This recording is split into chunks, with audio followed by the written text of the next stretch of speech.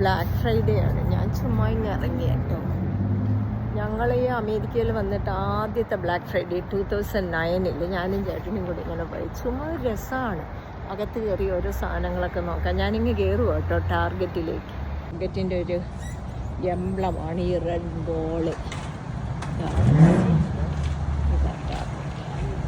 നമുക്ക് കയറിയേക്കാം. എൻ്റെ ഈശ്വര, എവിടെ പോയാലും ഒന്നിച്ചേ പോകും. എന്തിനാ ഇന്ന് ഇറങ്ങിയെന്നറിയോ? കുറേ സ്റ്റെപ്സ് കിട്ടുമല്ലോ നടപ്പ്. വീട്ടിലെ പണിയൊക്കെ തീർന്നും ഇറങ്ങി.